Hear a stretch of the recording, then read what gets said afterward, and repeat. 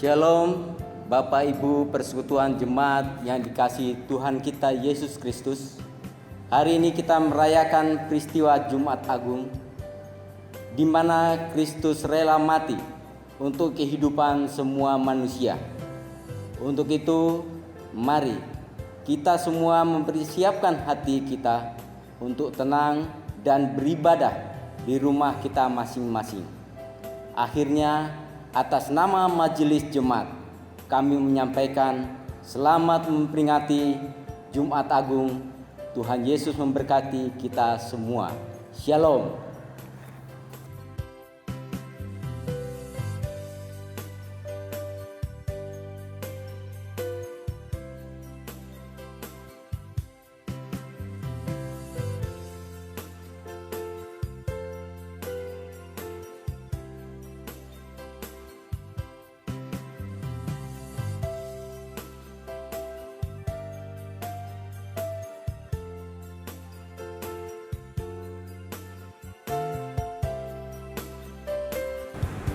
Shalom, jemaat Tuhan yang Allah kasihi, mari kita beribadah.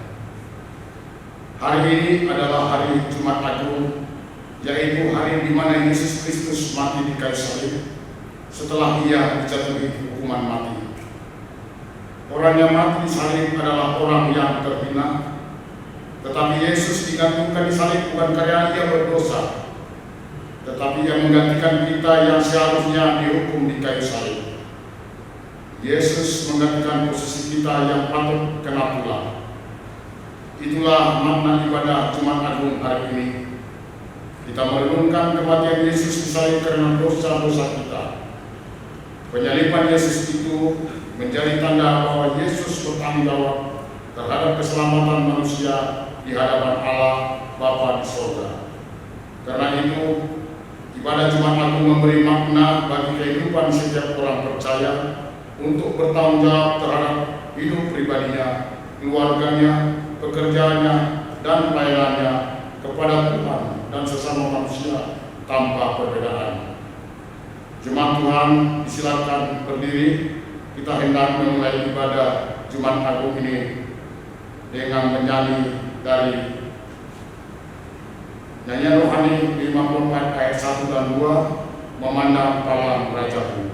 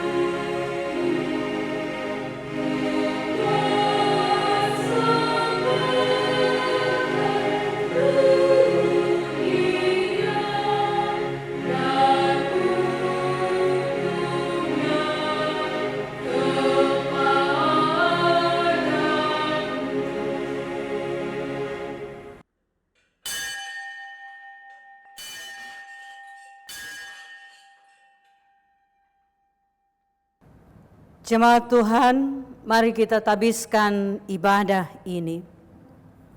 Ibadah perayaan Jumat Agung yang berlangsung saat ini dalam setiap rumah, di setiap keluarga, dalam hidup persekutuan Jemaat Gereja Kristen Injili di Tanah Papua, Martin Luther Sentani. Ditabiskan dalam nama Bapa, Anak, dan Roh Kudus. Amin.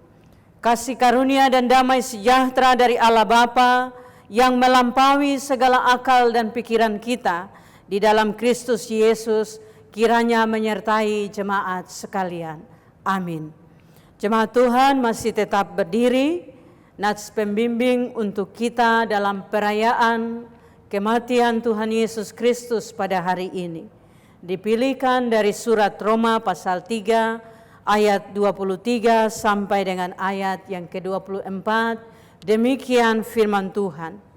Karena semua orang telah berbuat dosa dan telah kehilangan kemuliaan Allah, dan oleh kasih karunia telah dibenarkan dengan cuma-cuma karena penebusan dalam Kristus Yesus. Kita menyanyi nyanyian rohani 54, bait yang ketiga dan bait yang keempat.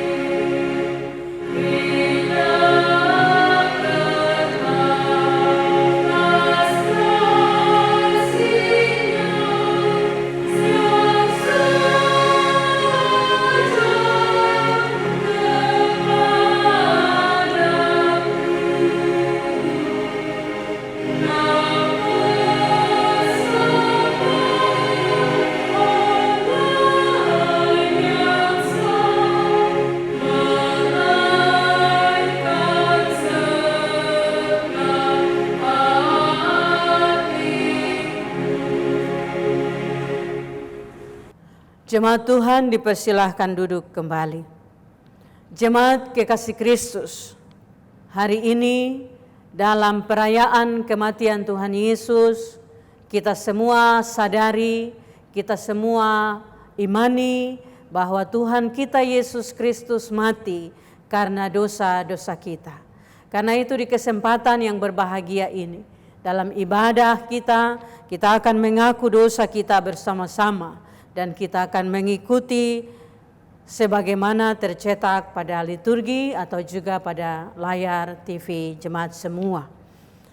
Jemaat Tuhan Yesus Kristus, marilah kita merendahkan diri di hadapan Tuhan Allah kita untuk mengaku salah dan dosa kita kepadanya.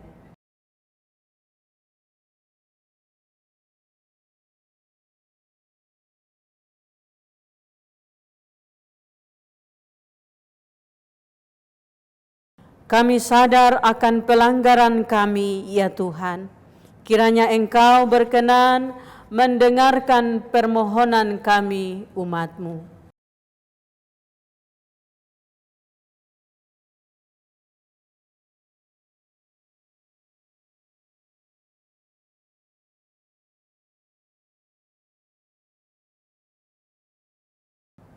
Ya Tuhan, kami sadar bahwa terhadap Engkau Tuhan saja kami telah berdosa dan melakukan apa yang Kau anggap jahat.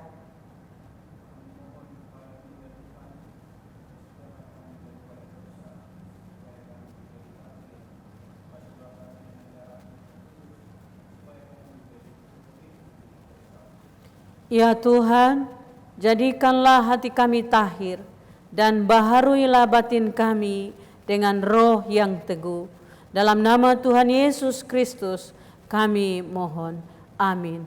Nyanyian Kidung Jemaat 33, bait 1 dan bait yang kedua kita pujikan mengaminkan pengakuan dosa kita.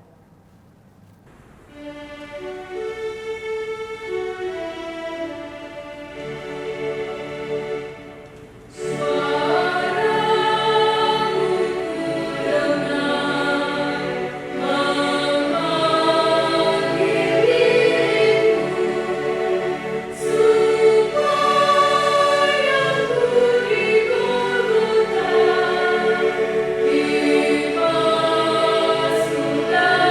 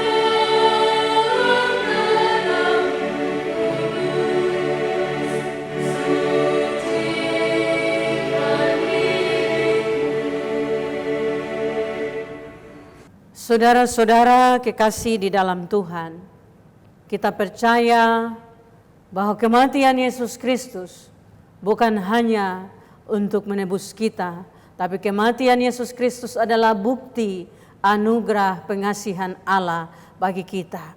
Kita akan mendengarkan berita anugerah sebagaimana terdapat dalam Mazmur pasal 103 ayat 8 sampai dengan ayat 14, dan kita melakukannya bersama-sama sesuai dengan liturgi yang ada pada kita. Jemaat kekasih Kristus, kami hamba Yesus Kristus mengabarkan kepada setiap orang yang mengaku dosanya dengan sungguh-sungguh akan keampunan dosa. Demikianlah firman Tuhan dalam Mazmur 103 ayat 8 sampai 14. Tuhan adalah penyayang dan pengasih, panjang sabar dan berlimpah kasih setia.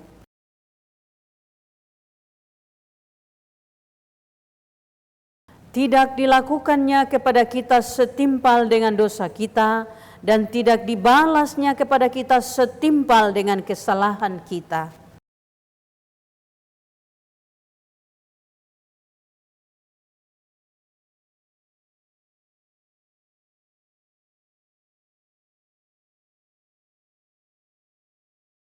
Seperti Bapa sayang kepada anak-anaknya, demikian Tuhan sayang kepada orang-orang yang takut akan Dia. Sebab Dia sendiri tahu apa kita, Dia ingat bahwa kita ini debu. Kita menyambut dengan nyanyian Kidung Jemaat 33, bait yang ketiga dan yang keenam. Suaramu kudengar.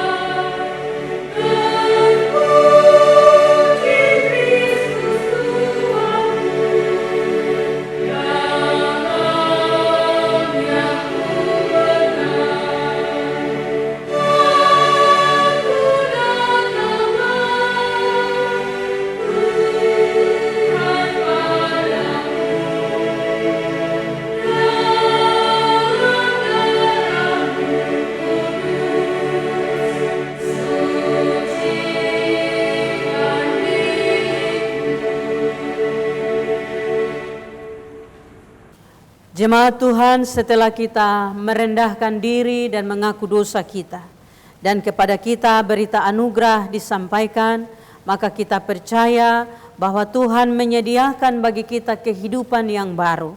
Dan tentu saja Tuhan pasti mau supaya kita menjalani hidup yang baru sesuai dengan hukum-hukum Tuhan. Jemaat, saya undang bangkit berdiri. Kita akan mendengarkan hukum Tuhan yang diambil dari Injil Matius pasal 22 ayat yang ke-37 sampai dengan ayat yang ke-40. Injil Matius pasal 22 ayat 37 sampai dengan ayat yang ke-40. Demikian untuk kita sekalian hukum-hukum Tuhan. Jawab Yesus kepadanya, "Kasihilah Tuhan Allahmu dengan segenap hatimu, dan dengan segenap jiwamu, dan dengan segenap akal budimu. Itulah hukum yang terutama dan yang pertama. Dan hukum yang kedua yang sama dengan itu ialah, kasihilah sesamamu manusia seperti dirimu sendiri." Pada kedua hukum inilah tergantung seluruh hukum Taurat dan kitab para nabi. Kiranya Roh Kudus menolong kita untuk sanggup melakukan hukum Tuhan dalam hidup kita yang baru. Jemaat Tuhan dipersilahkan duduk kembali. Jemaat yang Tuhan Yesus Kristus kasihi, bagian Alkitab yang dipilihkan untuk kita dalam perayaan sengsara Tuhan Yesus Kristus hari ini atau perayaan Jumat Agung dipilihkan untuk kita dari Injil Matius pasal 27 ayat 45 sampai dengan ayat yang ke-56. Injil Matius pasal 27 ayat 45 sampai dengan ayat yang ke-56. Sebelum kita membaca Alkitab, kita berdoa supaya Roh Kudus Tuhan menolong kita sehingga kita bisa menemukan berkat-berkat yang Tuhan taruh di dalam Alkitab. Kita bisa juga memperoleh kekuatan, memperoleh penghiburan, pengajaran terhadap iman kita dalam hidup kita tiap-tiap hari. Mari kita berdoa.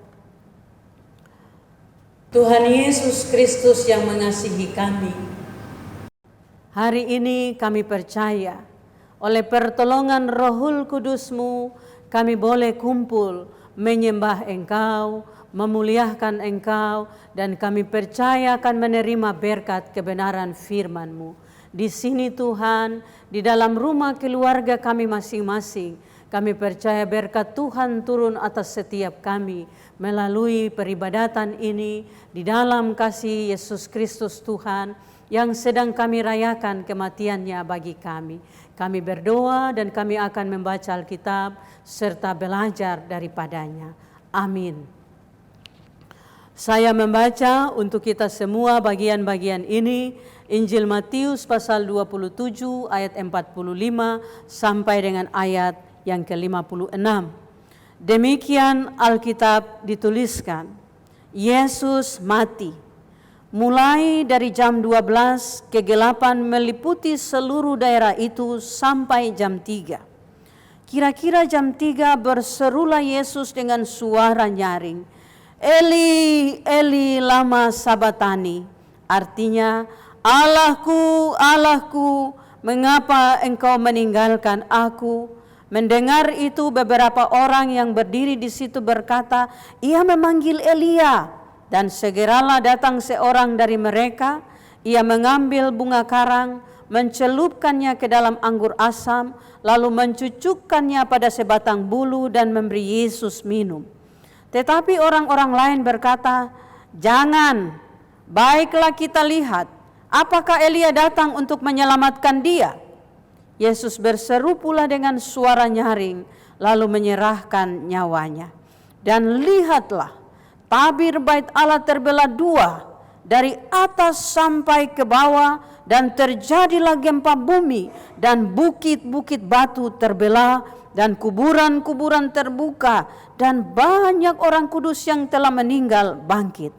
Dan sesudah kebangkitan Yesus, mereka pun keluar dari kubur, lalu masuk ke kota kudus, dan menampakkan diri kepada banyak orang.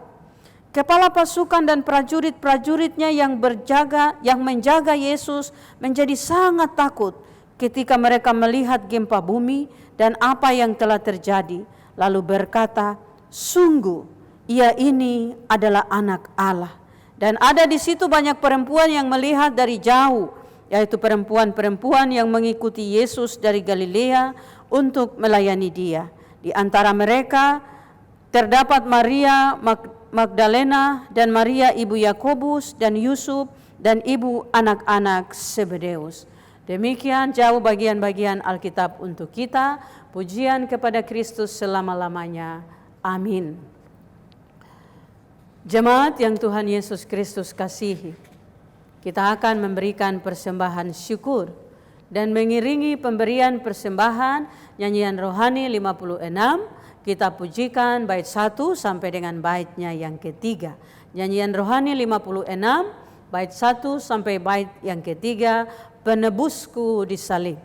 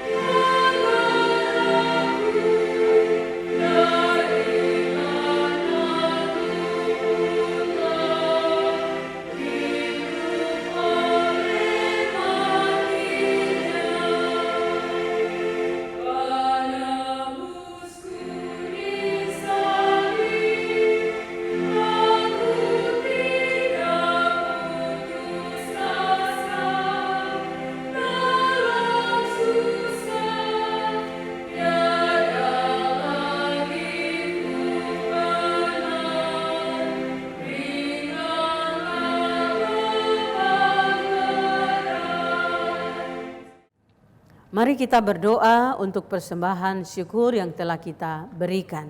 Kita berdoa. Tuhan Allah kami yang hidup, persembahan apakah yang bisa kami pakai untuk menceritakan rasa syukur kami yang lebih dari persembahan Yesus Kristus yang mati bagi kami. Tuhan Allah, kami percaya tidak ada sesuatu pun yang sebanding dengan cinta-Mu bagi kami. Tapi Engkau mengajar kami untuk memberi sebagai tanda cinta kami, sebagai tanda percaya kami bahwa segala sesuatu yang kami punya datang daripada Tuhan. Kami bawa dan taruh persembahan berupa uang ini Tuhan. Lebih daripada itu, tolonglah kami supaya hidup kami menjadi persembahan yang hidup di hadapan Tuhan, menjadi persembahan yang berkenan kepada Tuhan, sebab Yesus Kristus Tuhan kami telah menjadi persembahan yang agung bagi kami. Terima kasih, di dalam Yesus Kristus Tuhan kami taruh seluruh persembahan ini. Amin. Shalom. Ibu Bapak, saudara-saudara dan anak-anak semua yang Tuhan Yesus Kristus kasihi. Hari ini kita ibadah perayaan Jumat Agung di rumah kita masing-masing.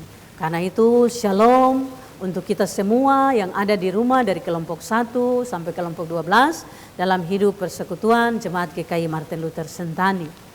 Hari ini itu sudah untuk yang ketiga kalinya kita tidak ibadah di gereja. Sejak tanggal 29 Maret sampai dengan sekarang. Dan sejak tanggal 23 Maret waktu pemerintah mulai menetapkan supaya kita tinggal di rumah. Belajar di rumah, kerja di rumah, ibadah di rumah, semua dari rumah. Nah, kita tahu semua bahwa akhirnya kita tidak merayakan lagi perayaan-perayaan yang seperti biasa kita lakukan dalam hidup persekutuan untuk menolong kita tumbuh bersama-sama sebagai orang percaya dalam persekutuan saudara-saudara seiman. Dan secara khusus di waktu-waktu ini, kita tidak lakukan pawai obor, kita tidak lakukan pesta malam puji-pujian, kita juga tidak lakukan ibadah Paskah bersama. Paskah 1, Paskah 2 kita lakukan sendiri-sendiri di rumah. Anak-anak juga tanya, kita tidak ada camping Paskah kah? Ya memang, kita kemudian juga tidak ada kegiatan-kegiatan dalam perayaan-perayaan Paskah. Dan suasana ini sepi, suasana ini seperti ada dalam situasi duka cita. Dan saya percaya hari ini kalau kita rayakan perayaan Jumat Agung, perayaan Tuhan Yesus yang sudah mati 2020 tahun yang lalu, itu kalau suasana duka cita, mungkin suasananya mirip atau sama seperti ini. Nah, kita tahu apa yang menjadi penyebab sehingga kita sekarang melakukan semua kegiatan itu dari rumah saja, tinggal di rumah saja. Kita semua tahu hari ini, saat ini seluruh dunia ini sedang dilanda oleh satu penyakit yang namanya virus corona. Dan kita diminta untuk tinggal di rumah. Dan usaha itu untuk melindungi kita dari virus itu. Sebab ujung-ujung dari virus itu saya kemudian pikir-pikir dan belajar dan lihat kenyataan. Ujung-ujungnya adalah kematian. Nah, itu berarti usaha untuk melindungi kita, usaha untuk melindungi rakyat dari kematian itu sedang dikerjakan oleh pemerintah, oleh semua yang mencintai kita hari ini. Sehingga kalau hari ini kita merayakan kematian Tuhan Yesus, maka saya ingin mengajak kita untuk sama-sama melakukan perenungan dalam perayaan sengsara Tuhan Yesus ini. Dan perenungan ini dibawa atau diajak kita untuk sama-sama merenungkan dalam tema kematian Tuhan Yesus mengalahkan kuasa dosa dan maut. Kematian Tuhan Yesus mengalahkan kuasa dosa dan maut. Nah, hari ini seperti saya katakan tadi, kita semua sekarang ada dalam suasana di seluruh dunia ini dalam perlindungan atau dalam usaha untuk selamat dari bahaya kematian yang disebabkan oleh virus corona. Maka mari kita belajar sama-sama. Apakah kematian yang kita sedang takuti sekarang ini sama dengan kematian Tuhan Yesus? Pasti saja kita semua akan jawab, ya tentu tidak sama lah Ibu Pendeta. Sebab kematian yang sedang kita takuti sekarang ini itu kematian karena penyakit, kematian karena virus. Sehingga kita semua harus melindungi diri, menjaga diri supaya tidak mati karena virus itu. Tapi kematian Tuhan Yesus itu kematian karena dosa, kematian yang berbeda. Nah, saudara-saudara yang kekasih di dalam Tuhan Yesus, manusia mati itu ada banyak sekali sebab-sebab. Manusia mati itu ada banyak sekali alasan-alasan. Kematian yang bikin sampai kita alami itu banyak caranya. Tapi kematian Tuhan Yesus hanya punya 2 sebab. Hanya ada 2 sebab sehingga Tuhan Yesus mati. Yang pertama, penyebab yang pertama adalah dosa manusia. Dan penyebab yang kedua adalah kasih Allah kepada manusia. Hari ini kalau kita merayakan kematian Tuhan Yesus untuk yang kesekian kalinya, karena setiap tahun kita merayakan kematian Tuhan Yesus atau kita merayakan ibadah Jumat Agung. Maka mari kita ingat bahwa Tuhan Yesus mati itu hanya ada 2 sebab. Yang pertama, sebabnya adalah dosa manusia. Yang kedua, sebabnya adalah kasih Allah kepada manusia. Atau Allah punya kasih yang besar kepada manusia. Nah, kita semua beriman, kita semua percaya bahwa Tuhan Yesus mati untuk menebus hidup kita, untuk melepaskan kita dari kuasa maut karena dosa kita. Itu yang kita percaya. Kita juga percaya Tuhan Yesus mati karena Allah mau menunjukkan kasih-Nya yang besar kepada kita. Itu yang kita imani.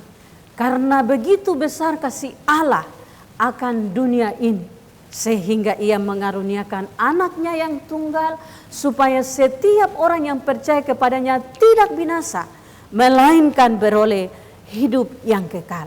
Itu yang kita percayai. Tapi hari ini kita mau belajar dalam pertanyaan-pertanyaan kecil yang menantang iman kita, yang menantang kepercayaan kita tentang Yesus yang mati bagi dosa-dosa kita. Nah, yang pertama saya ingin mengajak kita dengan satu pertanyaan kecil. Dan pertanyaan ini ditanyakan oleh hampir banyak orang, juga oleh anak-anak yang mulai belajar percaya pada Tuhan Yesus. Saya temukan pertanyaan ini di kelas katekisasi. Dan pertanyaan yang hampir mirip oleh beberapa anak sekolah minggu. Satu orang anak sekolah minggu tanya sama saya, dia bilang, Ibu Pendeta, Tuhan Yesus itu benar-benar adakah? Tuhan itu adakah? Itu mirip dengan anak katekisasi yang kemudian bilang, lah Tuhan Yesus itu kan Tuhan, kenapa mesti pakai acara mati segala? Kan Tuhan bisa pakai kuasa Tuhan untuk tebus dosa manusia. Kenapa Tuhan Yesus harus mati? Dan saya percaya ini bukan cuma hanya pertanyaan di sekitar kita saja. Tapi ini pertanyaan yang sedang menantang iman kita. Tentang kenapa Yesus yang harus menjadi korban. Kenapa Yesus yang harus menjadi korban penebusan dosa-dosa manusia. Nah, untuk menjawab bagian ini, saya ingin mengajak kita untuk mengerti tentang jati diri Yesus atau pribadi Yesus. Kita tahu bahwa Yesus itu ada dalam dirinya 2 pribadi, yaitu pribadi sebagai Tuhan dan pribadi sebagai manusia. 2 bagian di dalam diri Yesus Kristus. Nah, Yesus benar-benar punya pribadi sebagai Tuhan. Buktinya mana? Ada di mana? Lagi-lagi kita tidak boleh cari bukti di luar. Kita harus punya bukti dalam Alkitab. Dan kita yakini bagian itu, kita percaya bagian itu. Karena itu Mari lihat sama-sama bukti bahwa Yesus itu punya pribadi Tuhan. Injil Yohanes pasal 1 ayat 1 sampai dengan ayat yang kelima menuliskan untuk kita, saya baca demikian. Pada mulanya adalah firman, firman itu bersama-sama dengan Allah, dan firman itu adalah Allah. Ia pada mulanya bersama-sama dengan Allah, segala sesuatu dijadikan oleh Dia, dan tanpa Dia tidak ada sesuatu pun yang telah jadi dari segala yang telah dijadikan. Dalam Dia ada hidup, dan hidup itu adalah terang manusia. Terang itu bercahaya di dalam kegelapan, dan kegelapan itu tidak menguasainya. Nah, saudara-saudara, Bapak Ibu, semua anak-anak yang Tuhan Yesus Kristus kasihi, bagian ini kasih penjelasan untuk kita bahwa Yesus itu adalah Tuhan. Di dalam pribadi Yesus ada pribadi yang berkuasa, yaitu Tuhan. Itu yang pertama. Yesus yang sama, yang adalah Tuhan, ia juga punya pribadi manusia. Di dalam diri Yesus yang adalah Tuhan, ada juga pribadi manusia. Kita juga punya bukti pada bagian ini. Di Injil Yohanes pasal 1 ayat yang ke-14, demikian bagian itu menuliskan untuk kita. Firman itu telah menjadi manusia dan diam di antara kita, dan kita telah melihat kemuliaannya, yaitu kemuliaan yang diberikan kepadanya sebagai anak tunggal Bapa, penuh kasih karunia dan kebenaran. Ini juga memberitahukan kita bahwa Yesus yang sama adalah Tuhan, dan Yesus yang sama juga adalah manusia. Bagian ini penting sekali kita mengerti, sehingga akan menolong kita untuk menjawab kenapa Yesus yang adalah Tuhan harus mati menjadi korban penghapus dosa bagi kita. Bukti yang lain bahwa Yesus itu adalah Tuhan, tapi juga adalah manusia. Rasul Paulus menulis dalam surat Filipi pasal 2 ayat 5 sampai ayat yang ke-8 demikian. Kristus Yesus yang walaupun dalam rupa Allah tidak menganggap kesetaraan dengan Allah itu sebagai milik yang harus dipertahankan, melainkan telah mengosongkan dirinya sendiri dan mengambil rupa seorang hamba dan menjadi sama dengan manusia. Dan dalam keadaan sebagai manusia, ia telah merendahkan dirinya dan taat sampai mati, bahkan sampai mati di kayu salib. Nah, kalau bagian ini sudah jelas untuk kita sudah mengerti bahwa siapa itu Tuhan kita, maka kita bisa menjawab kenapa Tuhan kita Yesus Kristus yang harus mati, yang harus menderita, yang harus menanggung dosa-dosa kita. Kenapa Tuhan Yesus harus mati sebagai korban penebus dosa? Nah, ini dia yang juga kita perlu belajar untuk mengerti. Dalam Perjanjian Lama, sesuai dengan hukum Taurat, semua orang yang berdosa dan bersalah harus mempersembahkan korban penghapus dosa. Karena ada jenis-jenis korban dalam pemberian kepada Tuhan. Korban pengucapan syukur atau korban persembahan, korban persepuluhan, dan seterusnya. Dan korban penghapus dosa. Saya mengutip satu contoh dari kitab Keluaran pasal 3 ayat 10 tentang harus memberi korban penghapus dosa.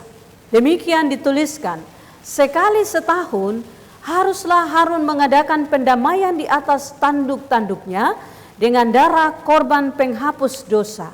Pembawa pendamaian haruslah ia sekali setahun mengadakan pendamaian bagi mezbah itu di antara kamu turun-temurun, sebab itulah barang maha kudus bagi Tuhan. Nah, Bapak Ibu saudara-saudara kekasih di dalam Tuhan, korban penghapus dosa dan pembawa perdamaian harus dilakukan turun-temurun untuk menghapus dosa umat yang bersalah. Orang yang percaya kepada Allah Israel yang melakukan dosa harus mengadakan atau meminta pengampunan dengan mempersembahkan korban penghapus dosa pembawa perdamaian.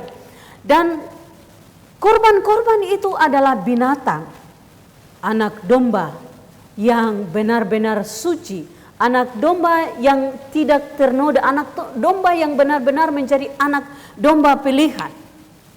Nah, selama itu korban-korban penghapus dosa, korban-korban pembawa pendamaian itu adalah binatang. Nah, saudara-saudara, manusia harus bertanggung jawab terhadap dirinya sendiri di hadapan Tuhan Allah. Manusia harus bertanggung jawab terhadap kesalahan dan dosa-dosanya sendiri. Kalau manusia punya salah, punya dosa, itu mereka tanggungkan kepada binatang-binatang, maka nilainya tidak sama. Karena nilai manusia berbeda dari nilai binatang, itu kita tahu. Dan manusia kita diciptakan serupa dan segambar dengan Allah kita. Sehingga Allah meminta korban penghapus dosa itu dari manusia sendiri. Karena manusia yang melakukan kesalahan, maka manusia harus bertanggung jawab atas seluruh kesalahan dan dosa-dosanya, barulah ia akan selamat. Pertanyaannya adalah, siapakah manusia yang suci? Siapakah manusia yang bisa membebaskan dirinya sendiri dari dosa? Siapakah manusia yang bisa keluar dari kuasa dosa? Tidak ada satu orang pun sejak Adam dan Hawa jatuh ke dalam dosa. Tidak ada satu orang pun yang bebas, yang bisa lepas dari kuasa dosa. Karena itu Raja Daud menulis dalam Mazmur pasal 51 ayat yang ke-7, demikian, sesungguhnya dalam kesalahan aku diperanakan, dalam dosa aku dikandung ibuku. Bayangkan, waktu kita dilahirkan, Daud bilang kita sudah dilahirkan dalam dosa. Bahkan di dalam kandungan ibu juga Daud bilang aku dikandung dalam dosa. Nah, karena itu, bagaimana manusia bisa selamat? Bisa menghapus semua dosa-dosanya, lalu mengalami keselamatan dan pendamaian dengan Allah. Sementara yang menanggung itu selalu adalah binatang yang tidak tahu apa-apa. Binatang yang tidak berdosa harus tanggung kesalahan. Padahal binatang itu sama dengan manusia. Binatang itu berbeda. Nah, disinilah alasan yang kedua tadi, yaitu kenapa Tuhan Yesus mati? Karena kasih Allah kepada manusia. Dan kenapa sekali lagi harus Tuhan Yesus yang menjadi korban? Nah, kita sudah tahu siapa itu Yesus, kita juga tahu jati diri Yesus. Di dalam diri Tuhan Yesus ada nilai manusianya, dan di dalam diri Tuhan Yesus ada nilai atau dirinya sebagai manusia.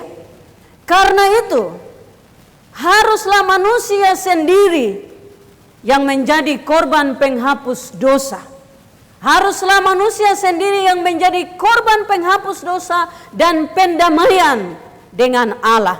Dan manusia itu siapa? Manusia yang tidak berdosa adalah Tuhan Yesus sendiri. Nah, itu alasannya kenapa Yesus yang harus jadi korban. Karena Yesus adalah manusia yang tidak berdosa, sebab di dalam diri Yesus ada kuasa Tuhan.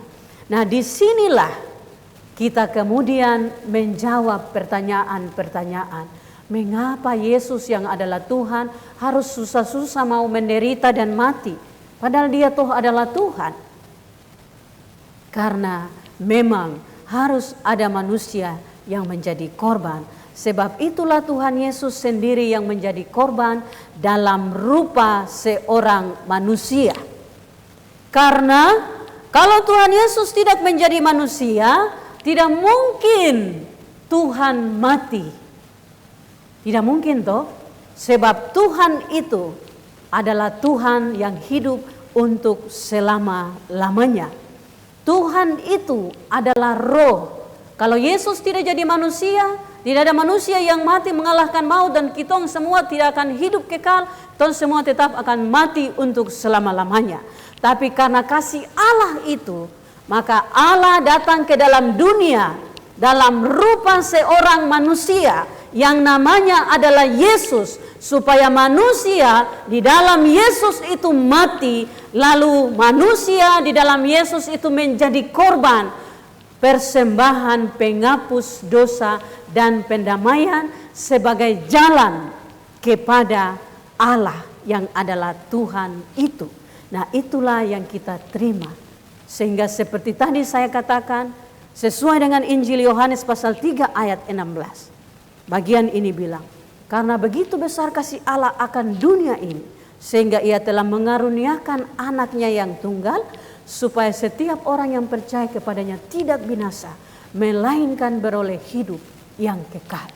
Nah, itu iman kita, mengapa Yesus yang mati. Mengapa Yesus yang menjadi korban persembahan penghapus dosa. Mengapa Yesus yang menjadi korban pendamaian antara manusia dan Tuhan Allah. Karena itulah Allah yang punya kuasa, yang datang dalam rupa seorang manusia. Nah, ini yang kita belajar tentang mengapa Yesus yang mati dalam pengalaman kematian Tuhan Yesus mengalahkan kuasa dosa dan maut. Yang kedua, pelajaran kita dalam bacaan kita hari ini tentang peristiwa Yesus mati. Pertanyaannya adalah, apakah peristiwa-peristiwa yang terjadi saat Tuhan Yesus mati mempunyai hubungan dengan Tuhan Yesus, ataukah itu hanya kebetulan saja? Nah, mari kita lihat.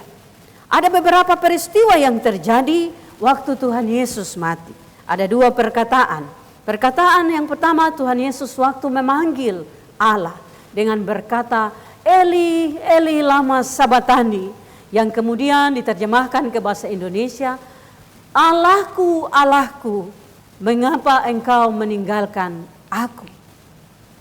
Nah, Bapak Ibu Saudara-saudara, ini bukan kebetulan. Sekali lagi, waktu Tuhan Yesus disalib, itu Tuhan Yesus disalibkan sebagai manusia. Karena itu, waktu Tuhan Yesus memanggil Tuhan Allah, bukan karena Tuhan Yesus tidak punya kuasa, tapi waktu Tuhan Yesus memanggil Allah, Allahku, Allahku, ini mau memberi pengajaran untuk kita, bahwa Yesus yang adalah manusia itu membutuhkan kekuatan dari Allah. Yesus yang adalah manusia itu mengharapkan pengasihan dari Allah. Yesus yang adalah manusia itu menyerahkan dirinya kepada Allah. Ini bagian yang kita terima dalam kekuatan kata-kata ini. Nah, saudara-saudara, kalau Yesus yang adalah Tuhan saja, waktu sebagai manusia dia susah, dia bergumul, dia menderita, dia memanggil Allah. Maka kita yang adalah manusia ini, mari kita percaya bahwa ketika kita ada dalam pergumulan, permasalahan, persoalan hidup kita, kita juga layak memanggil dan harus memanggil Allah kita. Yang kedua, ketika Yesus menyerahkan dirinya kepada Allah, waktu ia berteriak, Allahku, Allahku, mengapa engkau meninggalkan aku? Lihatlah apa yang terjadi. Tabir bait suci Allah terbelah menjadi dua, dari atas sampai ke bawah. Yang bagian ini kita semua sudah belajar, bahwa tidak ada lagi pemisah antara manusia dan Allah. Manusia boleh datang kepada Allah, kita boleh datang kepada Tuhan. Karena Yesus telah membuka jalan itu, tidak ada batas. Nah, kita tahu bahwa tabir itu memisahkan ruang maha kudus, ruang maha suci, yang tidak boleh semua orang masuk ke sana. Yang hanya boleh masuk ke sana itu imam-imam yang punya tugas untuk masuk ke sana. Dan orang tidak boleh masuk sembarangan. Waktu Yesus berteriak, "Allahku, Allahku, mengapa engkau meninggalkan aku dan menyerahkan nyawanya?" Tabir itu, atau mungkin di bahasa kita, kain yang pakai pele itu, horden yang pakai pele, pemisah itu terbelah menjadi dua. Kematian Tuhan Yesus memisahkan, atau kematian Tuhan Yesus membagi, membelah, pemisah antara kita dengan Tuhan Allah. Dan kita sendiri sekarang boleh datang kepada Tuhan Allah, sebab dosa-dosa kita sudah dibayar lunas saat Yesus mati. Sehingga itulah tadi kita bebas karena Yesus menjadi korban untuk penghapus dosa kita. Gempa bumi, bukit-bukit batu terbelah, lalu kuburan-kuburan terbuka. Itu tanda-tanda alam yang menyertai, atau tanda-tanda alam saat Tuhan Yesus mati. Bagian ini secara khusus dijelaskan tentang bagaimana Yesus dalam kebangkitannya ketika orang-orang mati di kota kudus, orang-orang mati dan akan masuk ke kota kudus. Nah, sehingga di sini kita bisa menjawab bahwa peristiwa-peristiwa itu bukan kebetulan, tapi peristiwa-peristiwa itu punya kuasa. Peristiwa-peristiwa itu punya arti bagi iman percaya kita kepada Yesus yang mati untuk kita. Saudara-saudara, bapak, mama, anak-anak semua yang Tuhan Yesus Kristus kasihi. Tuhan Yesus mati 2020 tahun yang lalu kalau kita hitung dengan kalender kita, karena kalender kita dihitung berdasarkan pada kelahiran Yesus Kristus. Maka kita lihat bahwa sebagai manusia Tuhan Yesus sangat sakit. Sebagai manusia Tuhan Yesus perlu kekuatan dari Allah. Sebagai manusia Tuhan Yesus rela menjalani semua ini dalam ketaatan, meskipun ia sakit, meskipun ia harus mati. Tetapi sebagai Tuhan, ketika Yesus telah mengalahkan semua dosa dengan kematiannya, telah membayar, membersihkan, menebus kita dengan kematiannya, lalu ia memanggil Allah, maka tidak ada kuasa yang dapat mengalahkan Tuhan kita. Gempa bumi, bukit terbelah, tabir bait suci terbelah. Itu semua menjadi tanda bahwa Yesus Tuhan kita memiliki kuasa di dalam dirinya, kuasa sebagai Tuhan dalam dirinya. Karena itu saudara-saudaraku kekasih di dalam Tuhan, bapak, mama, semua anak-anak, kalau hari ini kita merenungkan, kita ingat lagi, mari jangan terus berbuat dosa. Sebab kematian Tuhan Yesus hanya satu kali untuk selama-lamanya, yaitu ia mati untuk dosa kita dan ia hidup untuk Allah sebagai Tuhan. Sehingga kita juga harus hidup untuk Tuhan, sebab dosa-dosa kita telah dibayar lunas oleh Tuhan Yesus yang mati bagi kita. Amin. Sidi Jemaat, saya undang bangkit berdiri. Kita bersama-sama akan mengaku iman percaya kita dan mengaminkan iman percaya kita. Kita akan menyanyi dari nyanyian rohani 181 bait yang kedua. Bersama-sama dengan semua orang percaya di segala zaman dan tempat, mari kita mengaku iman percaya kita sesuai dengan akta pengakuan iman rasuli. Bersama-sama kita mengatakannya. Aku percaya kepada Allah Bapa yang Maha Kuasa, Khalik langit dan bumi, dan kepada Yesus Kristus anaknya yang tunggal Tuhan kita, yang dikandung daripada Roh Kudus, lahir dari anak darah Maria, yang menderita di bawah pemerintahan Pontius Pilatus, disalibkan, mati dan dikuburkan, turun ke dalam kerajaan maut. Pada hari yang ketiga, bangkit pula dari antara orang mati, naik ke surga, duduk di sebelah kanan Allah Bapa yang Maha Kuasa, dan akan datang dari sana untuk menghakimi orang yang hidup dan yang mati. Aku percaya kepada Roh Kudus, gereja yang kudus dan am, persekutuan orang kudus, pengampunan dosa, kebangkitan daging, dan hidup yang kekal. Amin. Nyanyian rohani 181, baitnya yang kedua kita pujikan, Setialah.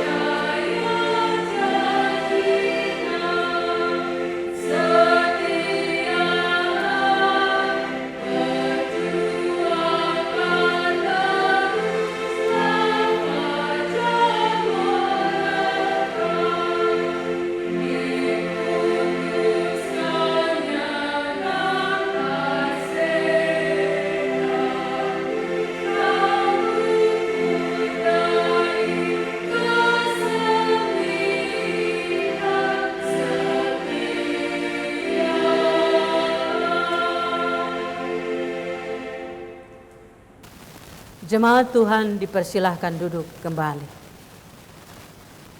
Jemaat yang Tuhan Yesus kasihi, kita akan datang ke dalam doa syafaat kita.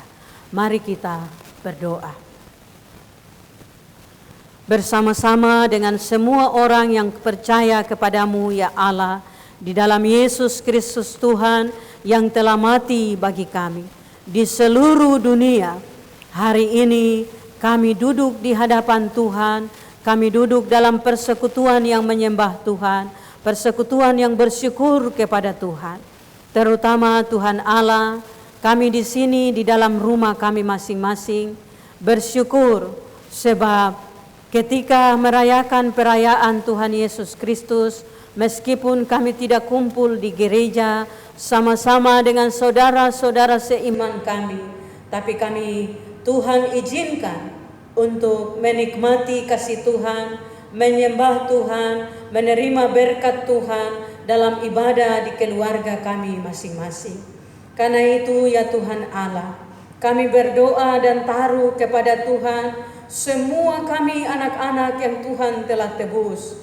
Terima kasih Tuhan.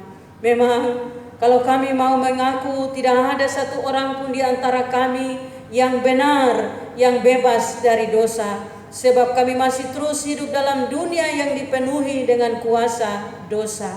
Tapi kami percaya waktu Tuhan Yesus telah menjadi korban penebusan bagi dosa-dosa kami, Tuhan pasti akan menolong kami untuk hidup dalam kebaikan-kebaikan, kebenaran-kebenaran Tuhan. Tuhan Yesus, dalam setiap rumah tangga kami pagi hari ini, kami berdoa sama-sama untuk semua keluarga dalam hidup persekutuan Jemaat GKI Martin Luther Sentani, mulai dari kelompok 1 sampai dengan kelompok 12, setiap keluarga yang sedang beribadah, Tuhan, kami bersyukur dan percaya Tuhan memberkati. Tapi Tuhan, jika masih ada keluarga yang tidak menikmati ibadah ini karena hidup dalam pergumulan, penderitaan, persoalan dan masalah-masalah yang berat dan sulit bagi mereka, kami percaya pengasihan Tuhan ada bagi mereka juga. Tuhan Allah, saat kami ibadah di rumah ini, Tuhan tahu kenapa. Sebab hari ini di dunia ini ada satu situasi yang sedang mengancam kehidupan kami manusia yang mengakibatkan kematian. Situasi itu datang dari satu virus yang namanya corona dan sudah merajalela di seluruh dunia ini. Tuhan, jika hari ini kami tenang dan ada di rumah masing-masing, kami percaya Tuhan melindungi kami. Bukan kami takut pada kematian, tapi Tuhan memberi kami hikmat. Jika mungkin dalam perayaan kematian Tuhan Yesus, kami perlu ada di rumah untuk bersama-sama dalam ketenangan, keteduhan, dalam situasi merenungkan kematian Tuhan Yesus seperti ini. Kami bersyukur atasnya Tuhan Allah. Karena itu kami percaya dan berdoa, meminta di dalam nama Yesus Kristus Tuhan Mesias Anak Allah yang hidup, yang berkuasa atas hidup dan mati kami manusia. Tuhan, lindungilah seluruh pemerintah yang sedang berusaha melindungi kami rakyatnya. Di seluruh dunia kami berdoa bersama-sama dengan semua orang yang berdoa dan menangis memohon pengasihan Tuhan Allah. Kami percaya segala musibah, segala bencana alam yang terjadi di atas muka bumi ini terjadi bukan di luar kendali Tuhan, tapi terjadi semua di bawah kendali kuasa Allah yang pengasih dan penyayang. Karena itu ya Tuhan Allah, kasihanilah kami dan ampunilah segala dosa kami, manusia yang tidak berkenan kepadamu ya Tuhan. Secara khusus dalam ibadah, dalam doa-doa kami, dalam persekutuan Jemaat Martin Luther Sentani, kami berdoa bagi pemerintah Provinsi Papua dan Papua Barat, bagi seluruh tanah Papua.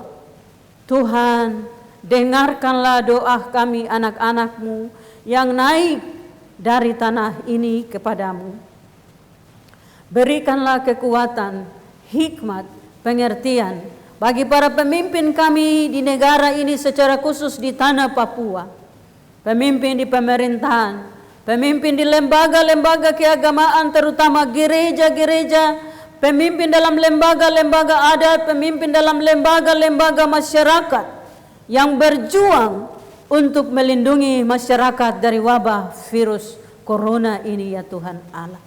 Secara khusus kami berdoa bagi Sinode GKI di tanah Papua dalam usahanya, bagi klasis-klasis di seluruh GKI di tanah Papua, bagi klasis GKI Sentani dan seluruh jemaat-jemaat di klasis Sentani. Para hamba-hamba Tuhan, Tuhan ampunilah kami dan kasihanilah kami. Tolonglah kami untuk taat melakukan apa yang Engkau kehendaki untuk kemuliaan-Mu dan untuk kasih setia-Mu bagi kami ya Tuhan Allah. Terima kasih Bapa di surga. Kami berdoa untuk para medis yang bekerja dan hari ini mereka menjadi pahlawan. Mereka menjadi orang-orang yang harus mempertaruhkan nyawa mereka, diri mereka, sebab mereka harus menangani secara langsung kekuatan, pengaruh dari virus ini sebagai tugas profesi yang Tuhan taruh bagi mereka. Kami percaya di dalam nama Yesus Kristus Tuhan, kasih Tuhan melindungi mereka. Ini doa kami, ini syafaat kami. Kami mohon ampun ya Tuhan, jika di dalam ibadah ini kami mendukakan hati Tuhan, dan perkenankanlah kami terus ada di dalam rahmat, pengampunan Tuhan, dan kasih setia Tuhan. Dalam nama Yesus Kristus Tuhan kami berdoa. Amin. Jemaat Tuhan, kita akan mengakhiri ibadah ini.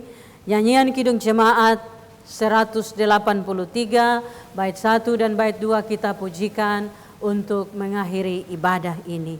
Jemaat Tuhan, saya undang bangkit berdiri. Menjulang nyata atas Bukit Kala.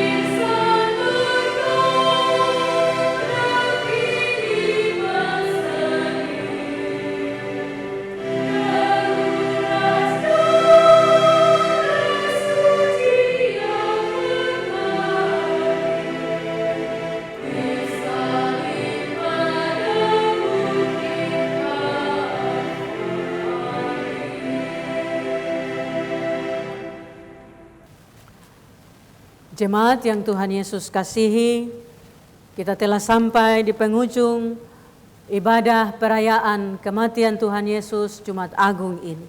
Karena itu kita akan kembali ke dalam hidup dan kerja kita, ke dalam aktivitas kita. Pulanglah damai sejahtera, maknailah kematian Yesus pada salib di Bukit Golgota dalam kehidupan kita yang nyata. Dan terimalah berkat Tuhan. Kiranya anugerah Tuhan Yesus Kristus yang nyata di Bukit Golgota, pengasihan Allah Bapa dan persekutuan di dalam kuasa Roh Kudus menyertai dan memberkati kita sekalian dari sekarang sampai selama-lamanya. Amin.